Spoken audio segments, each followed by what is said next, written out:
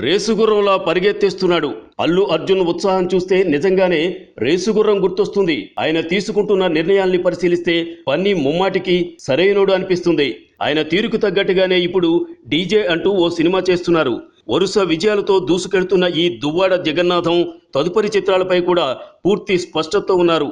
ఒక పక్క డీజే చేస్తూనే మరోపక్క తమిళంలోకి ఎంట్రీ ఇచ్చేందుకు సన్నాహాలు చేసుకుంటున్నారు. ఇప్పటికే తెలుగు తమిళ భాషల్లో లింగుస్వామి దర్శకుడిగా ఓ సినిమాని ప్రకటించేశారు. డీజే పూర్తి కావడమే ఆలస్యం.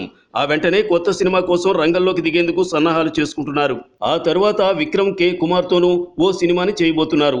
సరైనోడ్లో ఊరామాసుగా కనిపించిన బన్నీ ఇప్పుడు క్లాసు మాసు మిక్స్ చేసి అలరించేందుకు పూనుకున్నాడు. ప్రస్తుతం చేస్తున్న డీజేలో బన్నీ ఒక కోణంలో బ్రాహ్మణ యువకుడిగా కనిపిస్తూనే మరో కోణంలో మాస్ అంశాలతో అభిమానుల్ని అలరించబోతున్నాడట. ఈ చిత్రం కోసం వాచికం విషయంలో ఆయన ప్రత్యేకంగా తర్ఫీదు కూడా తీసుకున్నారు. స్వచ్ఛమైన తెలుగు సంభాషణలు పలికేందుకు కొన్ని రోజుల పాటు ఇంటి దగ్గరే పాఠాలు నేర్చుకున్నారు.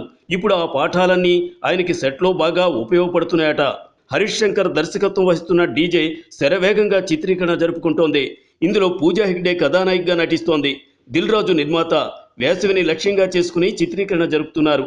అన్నీ కుదిరితే ఈ చిత్రం ఏప్రిల్ మాసంలోనే ప్రేక్షకుల ముందుకు రావచ్చు. డీజే తరువాత చేసే 2 చిత్రాలు ఆయనకి కీలకమే.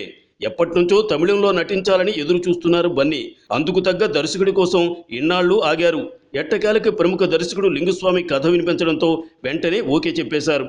అల్లు అర్జున్కి తమిళంపై మంచి పట్టుంది. అందుకే నేరుగా తమిళ సినిమాల్లో నటించాలని ఉత్సాహం ప్రదర్శిస్తున్నారు. ఇప్పటికే బన్నీకి మలయాళంలో సూపర్ స్టార్ ఇమేజ్ ఉంది. ఇక తమిళంలోనూ మార్కెట్ సంపాదిస్తే తిరుగుండదనేది బన్నీ వ్యూహం. అందుకు తగ్గట్టుగానే తదుపరి చిత్రాలు చేయబోతున్నట్టు తెలుస్తోంది. విక్రమ్ కే కుమార్ దర్శకత్వం వహించనున్న చిత్రాన్ని కూడా తెలుగు తమిళ భాషల్లో తెరకెక్కిస్తే బాగుంటుందనేది బన్నీ ఆలోచనగా తెలుస్తోంది. Like and subscribe Eagle Media Works.